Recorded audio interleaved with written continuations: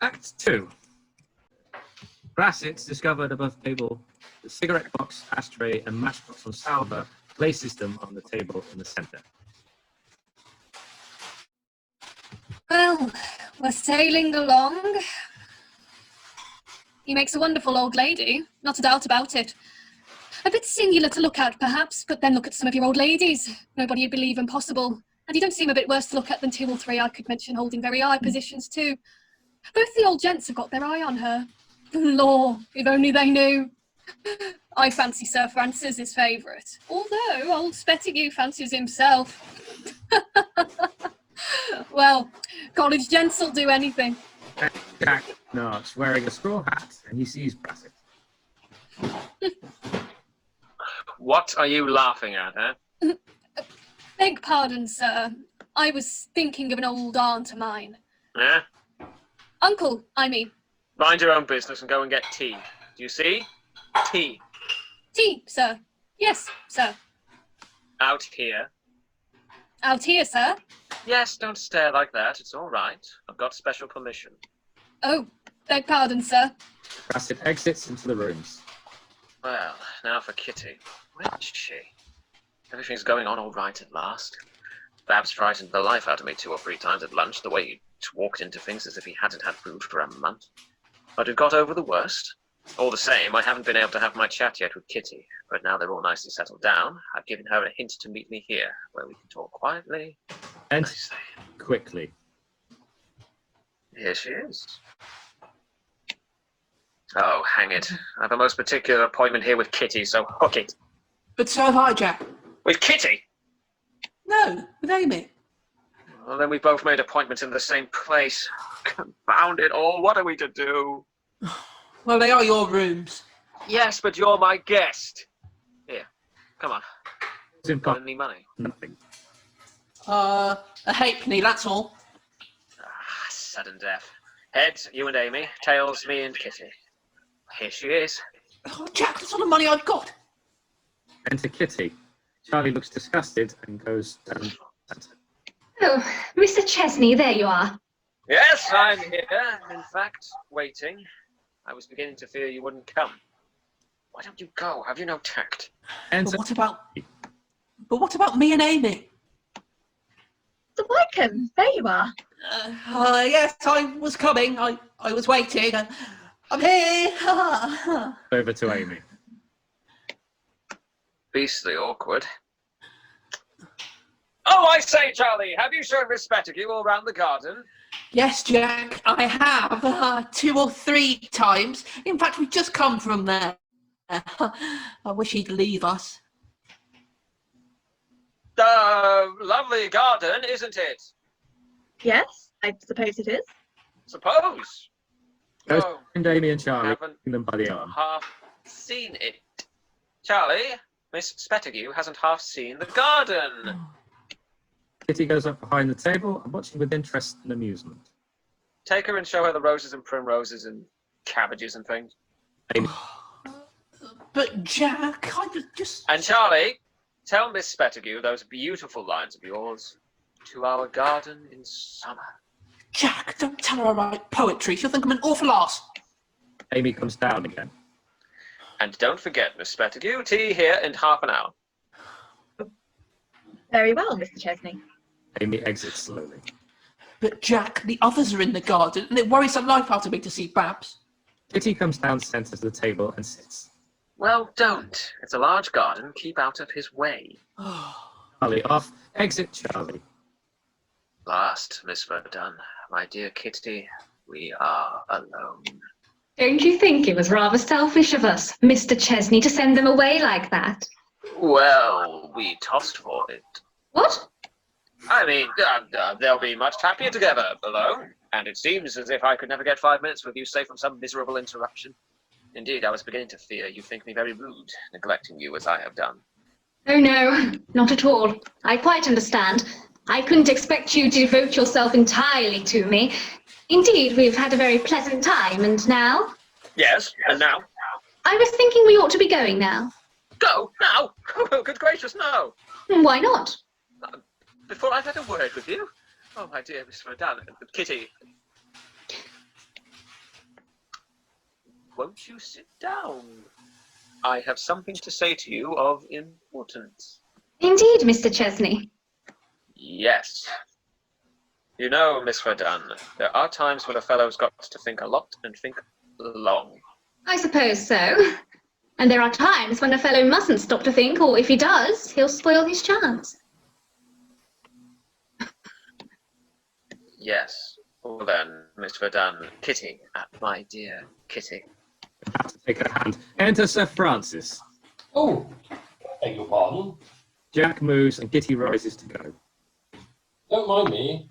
I only wanted a word with my boy here. Oh, then I'll run into the garden and see the roses and primroses and cabbages and things. Kitty exits. Well, Dad, anything important? Yes, Jack, it is. Oh, what is it? You know I'd do anything to see you get on in the world. Make a mark. As I know you will, if you get your chance. You needn't tell me all this, Dad. Well, Jack, having thought it over, I've decided that you shall continue the career I originally mapped out for you. And seeing a way out of the difficulty, I've determined to take your advice, my boy, and marry a lady of wealth. I see. You've fallen a victim to the fascinations of some young and lovely fellow. No, Jack, she's not lovely, and I'm afraid she's not over young. But she has one thing in her favour. She has money, which, after all, is the real object of the business. Well, all right, Dad, as long as you're satisfied. Go in and win. And I have you to thank, my boy, for the tip. Thank me for the tip. I don't remember, Dad. Who is she? What's her name? You'll be delighted when I tell you. No, yes, well. Can't you guess? No, Dad, I can't. Donna, Lucia, Salvadores. Slapping Jack on the shoulder. What? The deuce. Dad, this is impossible. Impossible? Why, you yourself suggested it. And for your sake, my lad, I'm going to do But, it. Dad, you can't. Can't? Why not? Is there anything against the lady's reputation? No, but you mustn't. You can't. Mustn't? Can't? Why, Jack, what a boy you are. Didn't you tell me to go to the hotel, change my thing, and put a flower in my buttonhole? And by George, Jack, I believe that flower has done the trick. She gave it away, Dad. My dear boy, she's explained all that. Moves away, returns very self-satisfied. This is horrible. But, Dad, circumstances have altered since then. In what way? You know you're too good. You're not the man to be thrown away like this. With his hand on Jack's shoulder. Say no more, my boy. Your consideration for me settles it. I will put you forward years. Had she been young and lovely, she wouldn't have looked at me. As it is, I flatter myself she's taken rather a fancy to me. And as for old Spettigue, in spite of his marked attentions, I don't think he has the ghost of a chance with me. Oh, Spettigue, attentions. Oh, great heavens, what are we doing? Dad! So, wish me luck, Jack. Wish me luck. Take time, Dad. Think it over. Think it over. That's not the way an old soldier makes love. I'm going to your room to get myself a rattling good spanking brandy and soda to bring me up to the mark. Exits Sir Francis to the rooms. Great Scott, what's the young monkey doing? Enter Charley quickly. Jack!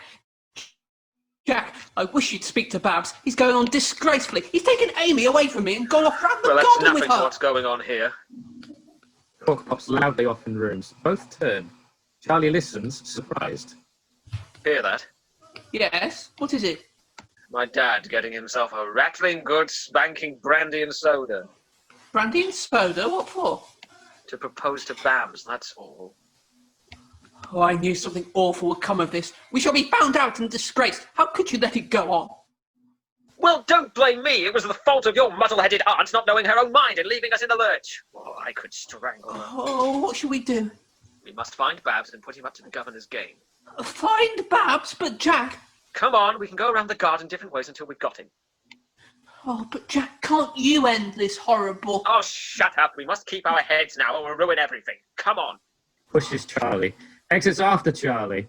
Re-enters Sir Francis from rooms, wiping moustache after his drink. Now I'm ready for anybody or anything. Looking at his watch. Why doesn't she come? I didn't tell the dear boy, more particularly when he raised objections, but she promised to meet me here in 10 minutes. And time's up. Time's up. Enter Spettigue through the arch. Does not see Sir Francis. Here's a step, raising his hat and turning centre. Sorry. My dear, don't. Raising their hats, they meet centre and turn away abruptly. That old fool Spettigue, with my flower in his coat. Are you, looking for anybody? No. What's he hanging about here for? Are you in want of anything? No, I was only thinking it was a very lovely afternoon. Perhaps you haven't seen the garden. It's looking very beautiful. You ought to give it a good look before you go. I will. Before I go. What's he stopping here for? Have a cigarette? No, thank you. I never smoke in the daytime. Why does he remain? She promised to meet me here in 10 minutes, and time's up. Time's up. He goes up the arch. What's he stopping for? I must tell him to go. I wish I could think of something to get rid of him. Well, as you're not smoking... Oh, don't mind me. Don't mind me. I was only thinking, perhaps, it would be as well if you rejoin the ladies in the garden. They might think it rude, both of us being away. Sits right at the table, holding up his cigarette. Perhaps so, perhaps so. She's in the garden. Spettigue exits. Well, she doesn't seem to be coming. I think I'll go and have another... Enter Jack. I say, Dad, you haven't seen Donna Lucia, have you? No, Jack, I'm not. Oh, that's fortunate. I'm waiting for her here. Waiting for her here? Yes. I have an appointment with her. I didn't tell you before, Jack, but she's due. In fact, she's overdue. So get out, my boy, get out. Oh, they mustn't meet till I've seen him. Now I come to think of it, Dad, Oh? I saw her only a Where? moment ago. Oh, in the garden. In the garden. Hang it, I've just sent old Spettigue there. Exits Sir Francis. I know Babs isn't there, but where on earth has he got to? Enter Charley. Well, have you found him? No, and I've looked all so over have the place for And him. the worst of it is he's got Amy with him. It's a shame. I'll kill the little monkey when I get a hold of him. Catching sight of Lord Fancourt and Amy off right, swings Jack round, facing him. Look at him. Isn't it too bad? Enter Lord Fancourt and Amy, together from the right, arm in arm. Amy crosses to the left of Charley. Oh, Mr. Wykham, there you are. Did you think we'd lost us? Yes, I'm afraid I did. Charley moves with Amy to centre. Where have you been with that girl, you fool? Nowhere. Stop where you are. I have something to tell you. Have you? Charley, has Miss Spettigue seen the chapel? Take her away while I tell Babs. You must see the chapel. It's an awfully pretty chapel. Exit Amy. Lord Fancourt comes down to Jack. Jack, I'll punch his head if he does it again. Lord Fancourt comes aggressively to Charley. Jack, between, Charley, irritated, strikes down at Lord Fancourt over Jack's shoulder. Lord Fancourt takes Charley's hat off, jeeringly, with his closed fan. Jack hustles Charley off to the right. What the deuce do you mean by this game? What game? You promised to help us. Well, I'm doing my best. doing your best. Your business was to look after those two old chaps, and here you are. Oh, but I've no wish to argue. No, I shouldn't argue if I were you. Listen, I want to put you on your guard. Oh my God! Thank you. Yes, my dad is going to propose to you. Oh, is he? That's all right. Well, I'm not going to marry him for you or for anybody else. I'll see you hanged first. Of course not, you idiot. All you've got to do is be calm and refuse it. Calm and refuse him, but a proposal puts anyone in a flutter. You know that. All you've got to do is remember that you're a real old lady. How the dickens am I to remember that I'm a real old lady with my trousers on? Never mind your trousers. Look out, here's the dad. I'm off. Yes, but what am I to say? I've never been proposed to before. Say he's taken you by surprise. Whatever you do, mind you refuse him. Oh, yes. I'll refuse him. Exit Jack through the arch. Lord Fancourt hides between the arch and the door to the rooms. Sir Francis enters, looking at his watch. Really, it's too bad. She made the proposition herself. It was a definite proposition of her own. Well, ladies are proverbial and punctual, but... Lord Fancourt, peeping round corner, appears in the archway, holding up a finger with a neckcloth archly to Sir Francis. Sir Francis turns, sees Lord Fancourt, and raises his hat. Lord Fancourt looks coyly at Sir Francis, and the swings end of the skirt gaily round and round. Ah, dear Donna Lucia, here you are. I was beginning to be afraid, and popped into the garden to find you. It's so good of you to come. Won't you sit down? By Jove, got her at last. Now for the plunge. I'll begin with a compliment. I wonder what's her real age. However, a woman's never too old for a compliment. So here goes. Coming to table, he clears his throat. Lord Fancourt clears his throat too. Donna Lucia, you pardon the rude metaphor of an old campaigner, I'm sure. But to meet you today, for the first time, that I have done, is to me like a lonely traveller coming across some bright little floweret by the wayside. Do you mean me? Yes, Donna Lucia, yes. By George, that's a good start. What am I to say to that, I wonder? Oh, yes. That's very nice. And very kind of you. By George, she looks anything between 50 and 100. Jack appears in the arch at the back, shaking his fist at Lord Fancourt. As Sir Francis turns, Lord Fancourt converts Snook into stroking front hair, looking innocently at Sir Francis. Jack retires, unseen by Sir Francis. Well, I've put myself to it, so I must come to the point. What again? Donna Lucia, do you know what a man longs for when he's lonely, desolate, and wretched? A drink? A drink? Doesn't help one bit. No, Donna Lucia, this is what he longs for. He longs to plant in his own heart that bright little floweret. I know, by the wayside. That one, does he really? Yes, Donna Lucia, yes. And I have come all the way from India to find that little floweret. You must be tired. Take a chair. Thank you. Sits down, puts his hat crown downwards on the centre of the table.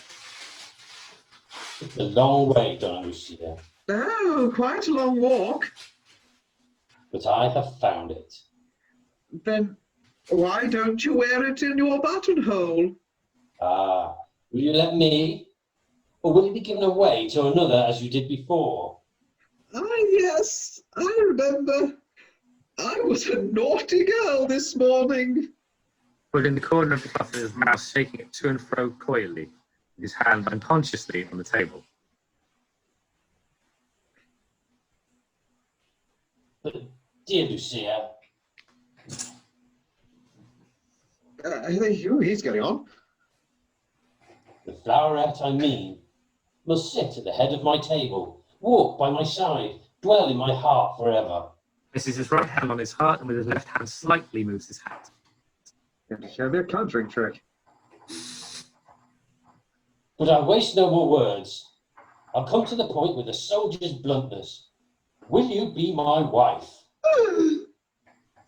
Will you be my little floweret? Well, you see, you've taken me so much by surprise. Then may I hope? I'm afraid not. No, don't hope. I wouldn't hope if I were you. I beg pardon, Donna Lucia. Do I understand? I must refuse you. The fact is, I am another's. Another's? And I say, don't be downhearted. I'll tell you what I'll do if you like. Yes, yes. I will be a sister to you. A sister? Only a sister? Only a sister, nothing more. And no words of mine can alter your decision? I'm afraid not. You see, I am in a more peculiar position than I could ever explain. I am a woman with history. Then it is quite useless our prolonging this interview. And you will accept my regrets and apologies for ever having broached the subject. Oh, certainly. Any time you're passing. What a relief. I'm sorry though for the boy's sake. Sir Francis exits. Enter Jack. Oh, well, here's a nice position.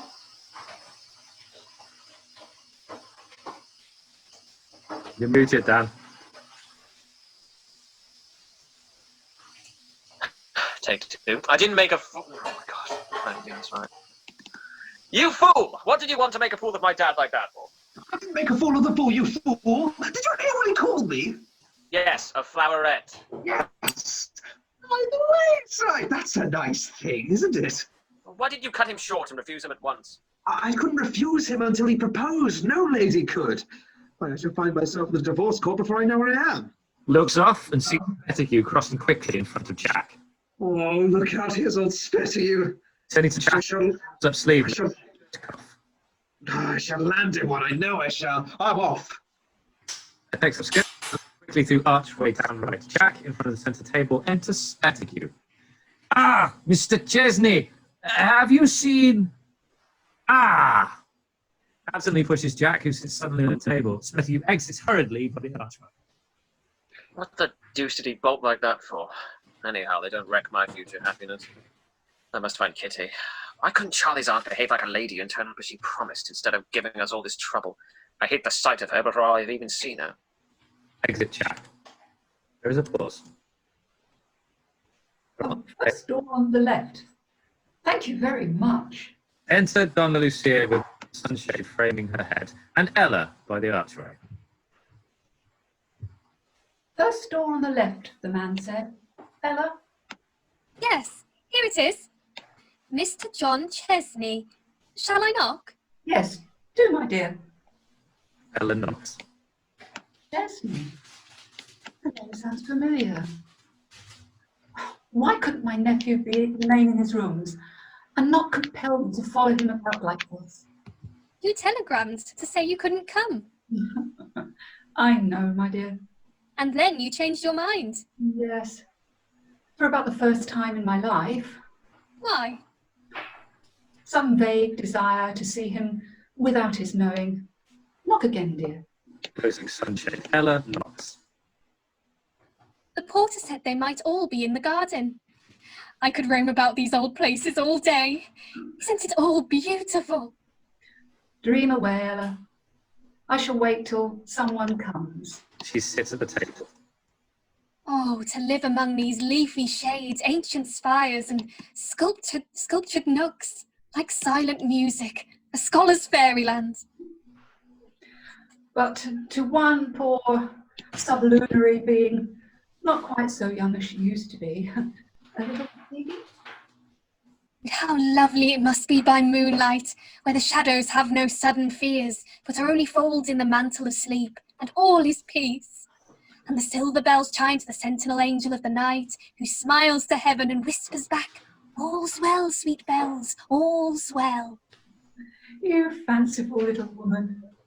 What has put all this about angels and so forth into your head today? Oh, I don't know. I think I can trace back all the little byways and the sly ways of thought that generally lead in one direction. Oh, no, it's all so sweet here. So it was there, by moonlight, seen from the bridge of that certain yacht, the rippling sea, the blue night, and the brilliant stars. You see how I remember your words? And a certain someone who told you as you listened to the chime of the ship's bell that you looked like the angel of the watch. He was a flattering-tongued person, that someone. What was his name again? I told you so often. Lord Fancourt Babberley? Oh, but I don't want your mind fixed on these things, my dear. Why, I'd almost forgotten to tell you. I've invested your poor father's money for you, and thanks to his forethought for his little girl, he has rendered you an independent person for life. And what is worse, independent of me. Independent? But you won't be, Ella. No. For I've grown to love the little orphan I met in such grief in a strange land so much that I am not independent of her. So let's make a bargain. Put that dreadful evidence of my dependence aside and let it grow, and be my little girl and call me Auntie, will you? Yes, Auntie, yes. How did your poor father come to have to go to have so large a sum of money by him like that? I thought he'd lost it all. Papa won it at cards. Won it at cards when? During his illness. From whom? From Lord Fancourt Babberley. Is Lord Babberley a gambler too? No. But, Auntie, if ever we meet, may I give it back? I don't think he'd take it. Why not? It seems to me he took too much trouble to lose it. But I'm not going to speak for him. I don't want you to ever leave me. Ah, my dear, you've set me to thinking now. Have I? What about? All about someone who... Oh, do tell me. It was before I went abroad to Brazil. I was very young and he was very shy. He never called me the angel of the watch, but he did get as far as a stammering compliment and a blush. And then... And then? Then he was ordered off with his regiment. Without ever? Without ever. Oh, Auntie. It was at a dance the evening before. He went away. And you've never loved anyone since? Oh, I was a sentimental young lady in those days. What was his name, Auntie? Frank Chesney. Oh, how strange. Ella rises. Enter Sir Francis. I'm afraid we're intruding. Oh, sorry. Not at all. The college grounds are open to everyone. I am, so to speak, at home here, merely because these are my son's rooms. Says to Donna Lucia, indicating the rooms behind. Mr. Chesney. And you, pardon my asking, are you, or rather, were you, Lieutenant Frank Chesney? I was. And you don't remember me? I acknowledge with regret that I have no recollection whatever. Oh, well, it must be more than 20 years since. 20 years? He doesn't remember me. Taking out several cards from a card case and looking through them. 20 years is a long time, Auntie. 20 years? Where was the regiment then, I wonder? Mrs. Beverley Smythe. Everyone's card, but my own, of course. Put it under the case, sent to Sir Francis. Then you've forgotten the day before you first embarked for India. No. But you've forgotten the evening before. Not. No, not altogether. Then. Lucy! Takes off his hat with his left hand, going to Donna Lucia and taking her hand. Good gracious! Ella goes up, turns and watches scene sympathetically. And to think that at that very dance, you don't remember that, of course. He lets go of her hand and puts his hat on again. No. No, because I never knew. But that night, by George, I nearly made you an avowal that... and we've never met in all that time. Nearly, well, over 20 years, we'll say, eh? I'm afraid so. Ella comes back down to join them. I remember the dance perfectly. You were in white, tied up with blue. Tied up with blue, like a chocolate box. You must see my son. He's a splendid fellow. These are his rooms, or rather, he's lent them to a college friend, a young fellow named Wykham, Yes, Wykham. who is entertaining some ladies, 2 young ladies, and his aunt, His aunt? a lady from Brazil. From Brazil? Yes, Donna Lucia Alvarez. I must introduce you. Auntie, what does he mean? Wait a minute, my dear.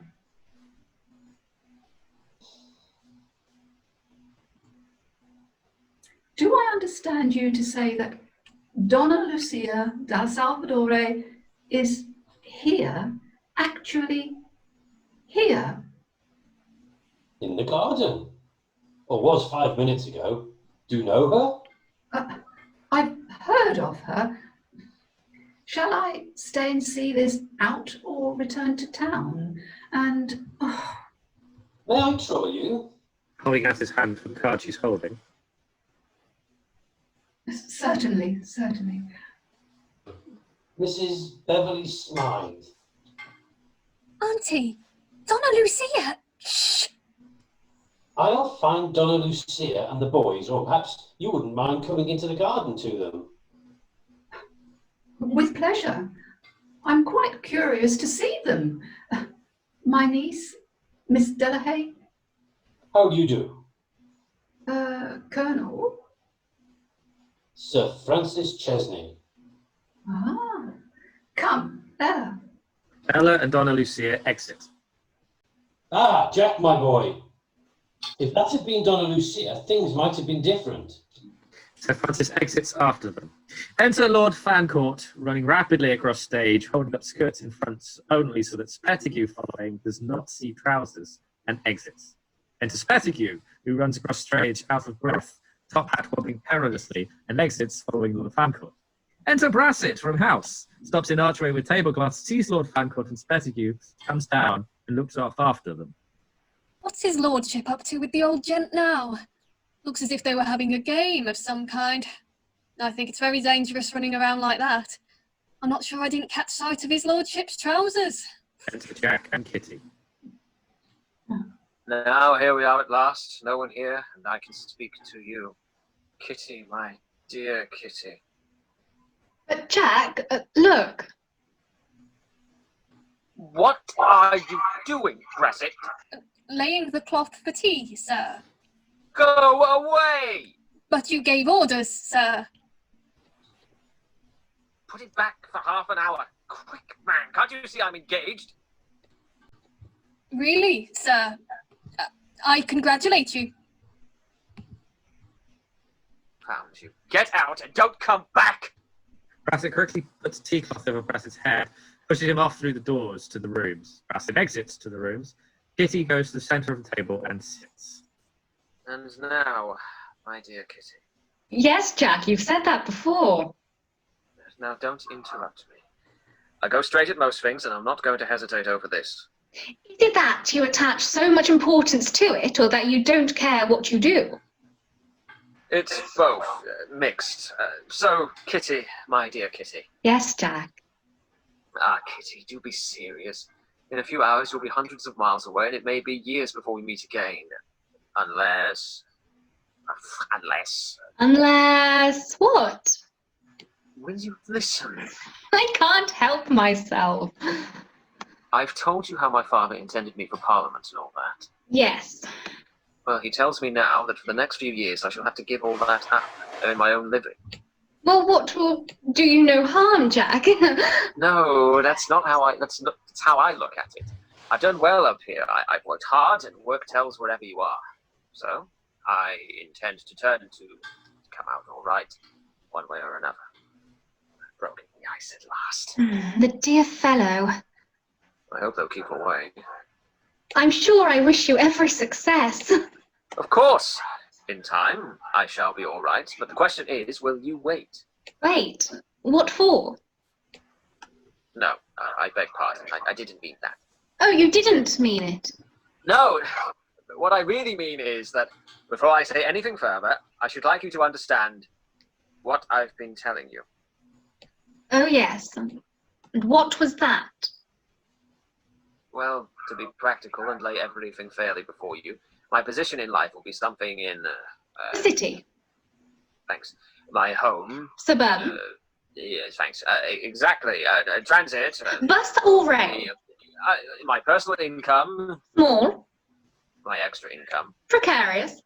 But under certain conditions, my fears would be nil and my hopes tremendous. Now, you know all, that is how I stand. Oh, that's how you stand. Oh, Kitty. It's my duty to tell her all. The dear fellow. I'll kill anyone who comes now. Well, I hope those happy conditions will be realised to your heart's content. Kitty, my dear Kitty, they will never be realised without you. Without me? Now you're vexed with me. You hate the city, you despise the suburbs, you loathe buses. Why should you say that, Jack? Kitty? As if I hadn't the heart to do what thousands of better girls than I have done. Kitty? As if I couldn't guess all the happy fun that is to be got out of cooking and mending and ministering to the wants and happiness of the man who will work and strive for the woman he loves. Then, Kitty? Try me, Jack, for I love you dearly. You do, Kitty? You do? As much as you love me, Jack. Kitty! My dear Kitty. My dear Kitty, you're a brick. Jack puts his arms around Kitty and kisses her. Kitty then runs up centre, looks off, and Jack goes down to join her. I've done it. I've done it, in spite of the lot of them.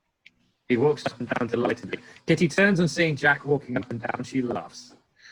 Oh, but what about my guardian, Mr. Spettigue? I'll see him at once. No, that won't do. Won't do? No, I must have his consent in writing. Why in writing? So that he can't retract. You don't know him as well as I do. Now, there's only one person who can get that written consent for us. So be a good boy and send her to me at once. What? Amy? What, No, Amy? Charley's aunt, Donna Lucia.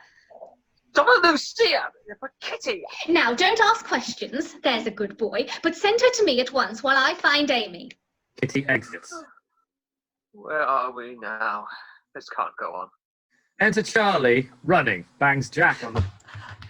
I've done it, Jack, I've done it! Done what? I've let the cat out of the bag and told her everything. You fool! What fool? Told her what? That I love her. Oh, Was that all? Yes, but Jack, she's gone off to find Donna Lucia to get her uncle's consent. We shall be in a dickens of a mess yet. Well, keep cool, man. Keep cool. We're all right up to now. We're all right up to now. Enter Lord Fancourt, running, no fan with this entrance, stumbles between boys and hides behind the arch. Boys catching sight of Spettigue go up right centre, trying to look unconcerned. Enter Spettigue, strolling across the stage, humming, out of tune. Well, then how shall I earliest meet her? What other words she'll first say to me? Exits. Boys watch Spettigue off after their shoulders, then cross to the arch and bring Lord Fancourt down. Oh, he'll drag us into an awful disgrace. And a damn good job, too. You don't know the things he keeps on saying to me. He? Who? Why, my mash, old Spettigue. Well, what does he say? Yes, what does he say? No, Charley's too young. What?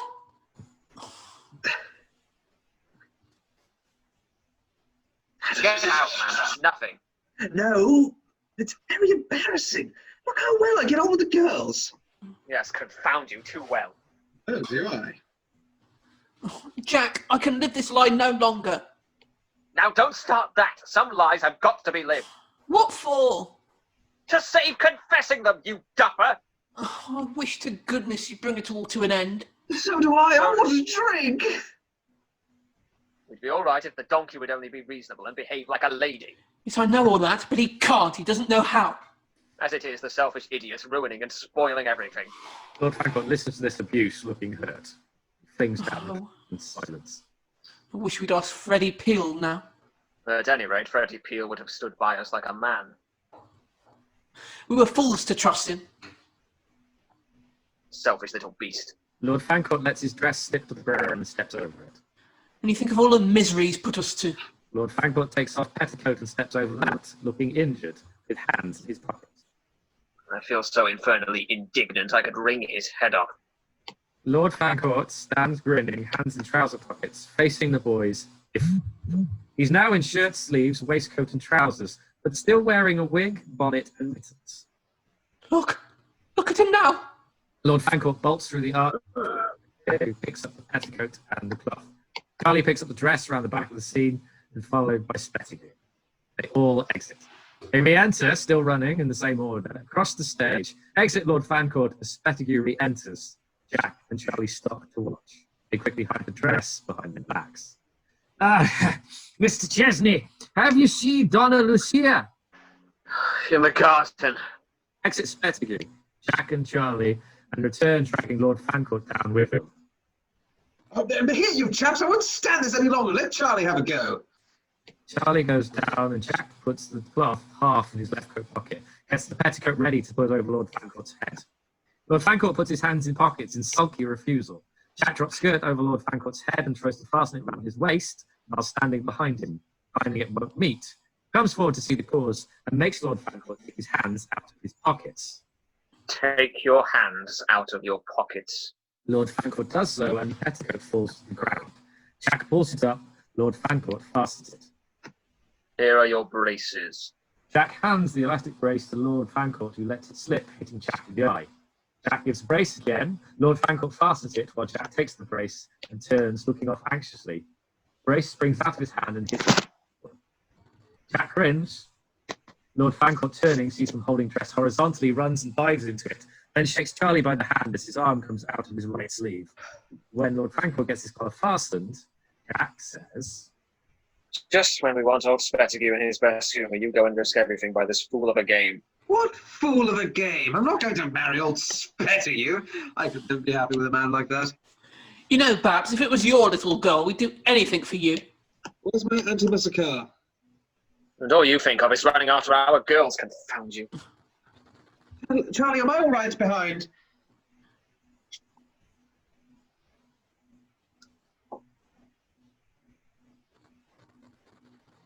Look out, here are the girls. They stop. Lord Fancourt crosses behind the table while Kitty and Amy enter. Oh, Donna Lucia, we've been looking for you everywhere.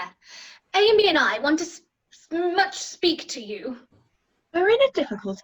A difficulty? And we want you to be an angel. Now, Jack, do go away. Yes, Charlie, do go away. Away! They want me to be an angel. Jack and Charley leave the area. You know Amy's uncle, Mr. Spettigue, is my guardian, and under my father's will, gets nearly all my money if I marry without his consent. And you know Jack and Kitty are in love with each other, and Jack's lost all his money or something. For years and years. And Kitty wants you to... No, wait a moment, Amy dear. Yes, wait a moment, Amy dear. It's her turn now. Jack restrains Charley from punching Lord Fancourt. Now it's your turn. Sorry. Yes, now it's your turn. And Amy and Charley are in love with each other too, but you don't object, do you? Oh, no, my dears. Oh, you old Oh, dear, dear. you dear thing. Kitty and Amy both kiss Lord Fancourt. They go up together. Jack and Charley come down. Now, Jack, do go away. Yes, go away, Charlie. Yes, go away. We three girls want to be alone. I must end this. I must do something. Well, go and look after the tea. Charley exits hurriedly to the rooms. I must bring them all and stop this. Jack exits hurriedly.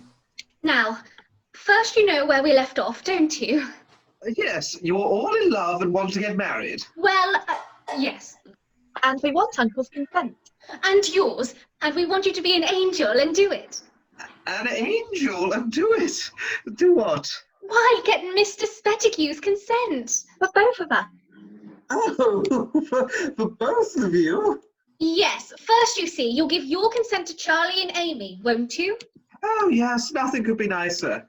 Oh, you are so kind. But I knew it from the first. Would you like me to be one of your bridesmaids? No? Some other time. Well, now we want you to get his consent, but mine, being a legal affair, you understand, don't you? Oh, yes. Your father's will, you mean? Yes, his consent must be in writing. In writing? And you must get it. Get it? Yes, you must make him write a letter or something. Oh, but my dears, I've no influence over him. Oh, but you're so kind and so clever. And so rich. Oh, yes, and so rich.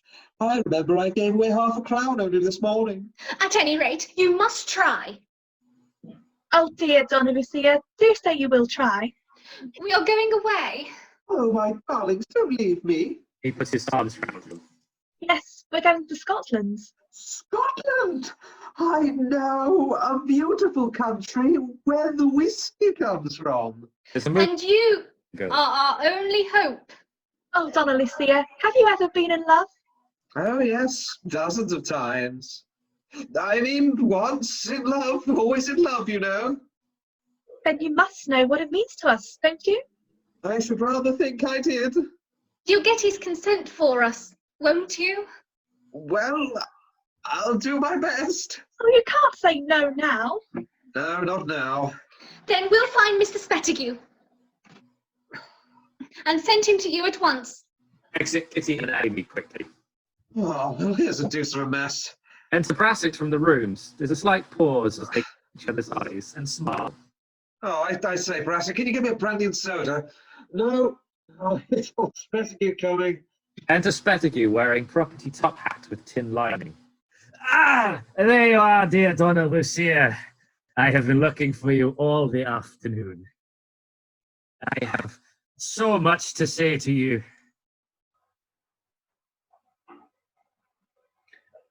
Oh, sorry, Mr. Spettigue.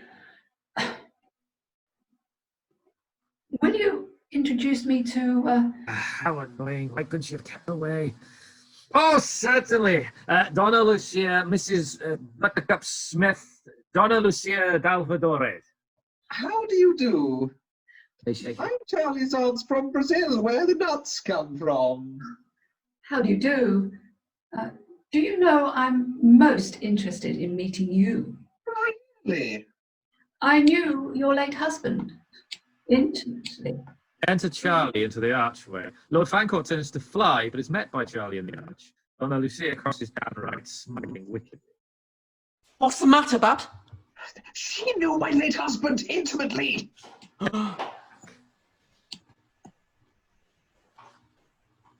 Well, how are you getting on? Everything's all right, isn't it? And she knew my late husband intimately. The deuce! Enter Brassett from the rooms with tea, and he goes to a chair upstage. Enter Kitty and Amy through the arch, who meet Charley there. Look out, here's tea. Well, what of it? You must entertain. Now, Donna Lucia, will you pour out tea? Oh, certainly. Oh, what a cruel interruption. We were getting on so nicely. Do we all take tea? Lord Fancourt neatly pours tea into the first cup, and then into another one. Amy takes it and goes down left, giving it to Spettigue. She rejoins Kitty in charge. You haven't been in England long, have you? Change the subject. Change the subject. Lord Fancourt deliberately pours tea into Spettigue's hat on his chair, very neatly, without spilling any, all the time talking over his shoulder to Donna Lucia. No. Do you take sugar and cream? No, do you take sugar and cream? Ask her if she takes sugar and cream. Ask her if she takes sugar and cream. That catches sight of tea and hat and pulls Lord Fancourt's sleeve. I should like a little sugar and cream, Donna Lucia. Lord Fancourt pours cream into the hat, and then into the cup, putting Spettigue smile. Spettigue, suddenly discovering tea in his hat, puts the cup on the table and lifts up his hat. My hat! My hat! I beg your pardon. Lord Fancourt makes 3 circular movements with hat to mix the milk and tea, opens the lid of the teapot, pours the tea back into the teapot, again without spilling any, hands hat back to Spettigue. Spettigue takes his hat, turns away and wipes his eye. Lord Fancourt gaily flips down the lid of the teapot and sits. Brassett exits to the rooms with the hat. Sir Francis enters and joins Donna Lucia. I must keep her in the humour. I must see her alone. I have it. They must come to dinner. After dinner, that's the time for my purpose. Pardon me, but I have a little proposition to make. Here, here. Jack pushes him down again. And I can't take no. They enter Brassett, and Sir Francis enters in the arch, joining Donna Lucia. Mr. Spettigue's carriage. Exit Brassett. Ah, capital, the very thing. Now I want you, all of you, to come and stay and dine at my house. Oh yes, Uncle. How nice of you. That will be delightful. Grand idea. Yeah, thanks awfully, sir. You will return with me in the carriage now, Donna Lucia. I can't. It's impossible. I will take no denial. I want you, all of you, to come. Enter Ella in the arch. I have my niece with me, Miss Delahaye. Miss Delahaye. Bring her. Delighted. No, I can't. My things.